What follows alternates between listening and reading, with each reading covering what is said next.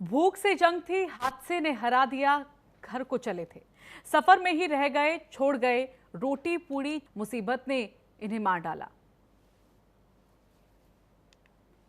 तो ये तस्वीरें बयां करती हैं उन मजदूरों की जिनके सामने मजबूरी थी और मजबूरी के साथ ही रोजी रोटी का वो संकट जिसके चलते वो अपने घर से चले थे किसी शहर की ओर कि वहां पर गुजर बसर करेंगे, अपना जीवन बिताएंगे। लेकिन महामारी के संकट में फिलहाल जिस तरह की स्थिति बदली है, उन्होंने इनके हालातों को भी बदल कर रख दिया है।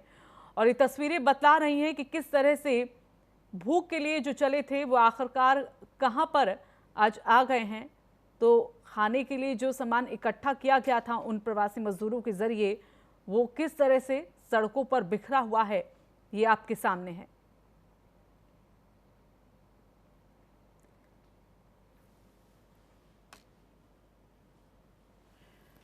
तो यूपी के औरैया का ये मामला, जहां पर एक भीषण सड़क हादसा यहां पर देखने को मिला। कुछ मजदूर जो फरीदाबाद से चले थे अपने घरों के लिए डीसीएम में सवार होके, हालांकि सरकार ने यहां पर कहा कि अवैध रूप से कोई भी नहीं जाएगा क्योंकि सरकार ने तमाम इंतजाम किए हैं, लेकिन उसके बावजूद भी घर पहुंचने की जल्दबाजी इस कदर कि आज सफर में ही ये मजदूर रह गए हैं। भूख से इनकी जंग थी, लेकिन फिलहाल हादसे के आगे ये हार गए।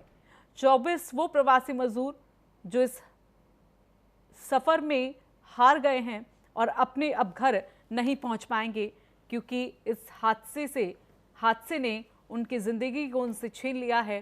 फिलहाल कई लोग घायल हैं और स्थिति ऐसी कि शायद ये आंकड़ा बढ़ जाए।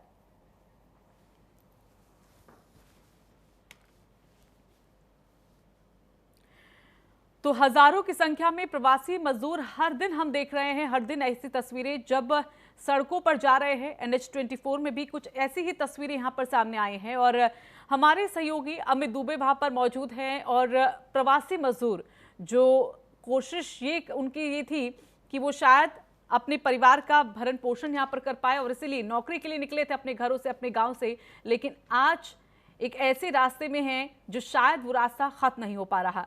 अमित, बताइए हालात कैसे हैं? आज यूपी के औरैया का हमने मामला देखा, वो हादसा देखा कि किस तरह से सड़कों पर अब उन प्रवासी मजदूरों के सामान पड़े हैं और शायद वो सामान अपने गंतव्य तक नहीं पहुंच पाएगा क्योंकि 24 ऐसे लोग जिनकी मौत हो चुकी है, लेकिन कई घायल हैं। अभी क्या स्थिति, क्या अभी भी हजारों की संख्या में लोग अपने अपने घरों को जा रहे हैं?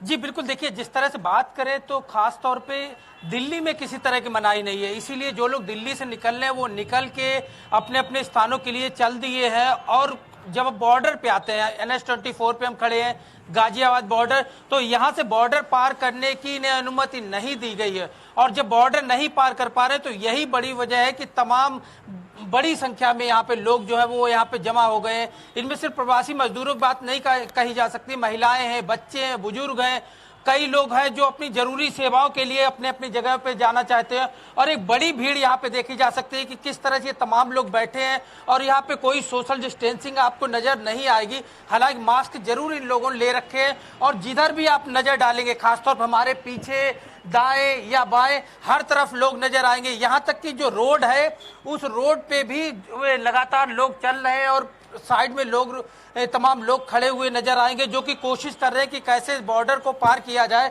और उसका ये इंतजार करें। चूंकि यहाँ प्रशासन की तरफ से कोई परमिशन नहीं दी गई है, इस वजह से ये लोग बैठे हुए हैं। हालांकि इस बीच एक सबसे बड़ी चीज बताएं कि यहाँ पे कम से कम खाने पीने की दिक्कत इन्हें नहीं हो रही है। तमाम संस्थाएं हैं जो इसके लिए काम कर रही है। यहाँ पे भी देखा जा सकता है किस तरह से तमाम संस्थाएं जो है वो इन लोगों के लिए यहाँ पे भोजन, पानी बांट रही हैं, यहाँ तक फ्रूट्स भी दिए जा रहे हैं, बच्चों को भी दिए जा रहे हैं और सारी चीजें। और बाकायदा सोशल डिस्टेंस भी मेंटेन कराई जा रही है। इसके आधार पे आप पीछे देख सकते हैं कि किस तरह केला और पानी, फ्रूटी यहाँ पे ये लोग डिस्ट्रीब्यूट कर रहे हैं। तो तमाम लोग हैं, समाज सेवी लोग, जो यहाँ पे जमे हुए हैं और इन लोगों की सेवा लगातार कर रहे हैं। लेकिन सबसे बड़ा सवाल तमाम छोटे बच्चे, महिलाएं, बुजुर्ग हैं, आखिरकार अपने घरों में कैसे पहुंचे, इस बात का ये लोग इंतजार कर रहे हैं। क्या प्रशासन इनकी सुध लेगा? आखिर कौन सा टाइम होगा, कब तक इन्हें इस जगह पे बैठना होगा? बिल्कुल अमित, आपके पीछे क्योंकि हम देख पा रहे हैं काफ़ी लोग मौजूद हैं, कोशिश करें इनसे बात करिए, क्योंकि लगातार सरकार यही कह रही है कि हम आपके लिए इंतज़ाम कर रहे हैं कि आपके अपने ज़िले तक, आपके अपने घर तक हम पहुंचाएं, लेकिन उसके बावजूद भी लोग शायद मानने को तैयार नहीं है और इसी तरीके से बस कुछ भी अगर उन्हें साधन मिल रहा है तो वो उसके ज़रिए अपने घर जाने को बेचैन है।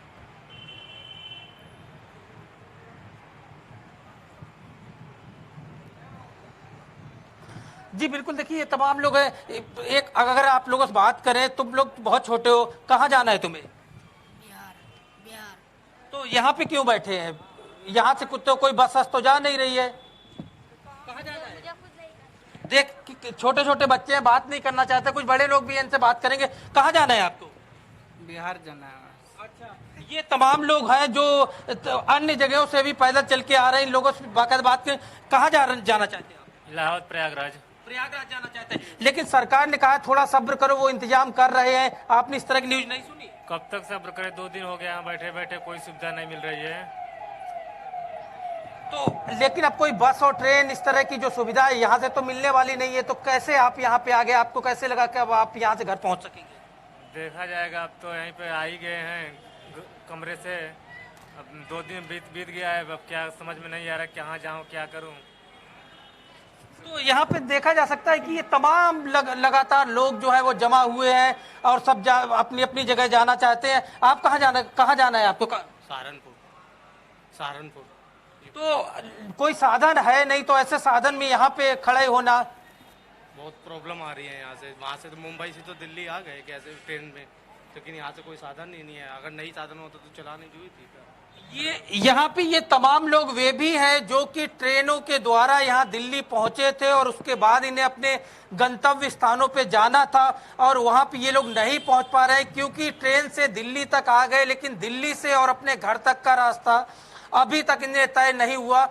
प्रशासन जो है इसे लेके कोई कार्रवाई नहीं कर रहा। मैं खुद बताता हूं, कल जब लोगों से हमारी बात हो रही थी तो जो खास तौर पे दिल्ली में नोडल अधिकारी यहाँ पे लगाए गए हैं उन्हें मैंने खुद फोन किया, तो ऐसे में कोई अधिकारी फोन उठाने को तैयार नहीं है।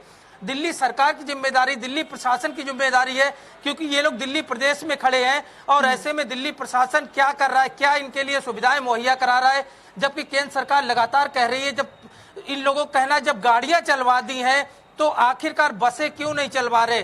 गाड़ी से क्या मुंबई से दिल्ली आ गए, रांची से दिल्ली आ गए, लेकिन दिल्ली से घर, ये वही बात हुई कि अगर अपने घर से ही ना निकलते तो कम से कम दिल्ली तक नहीं आते। अब दिल्ली से अपने घर तक यूपी के तमाम शहर हैं, अन्य जगहों के तमाम शहर, वहां तक कैसे पहुंचा जाए? जी चलिए, बहुत बहुत धन्यवाद आपका अमित, हमारे साथ जुड़ने के लिए।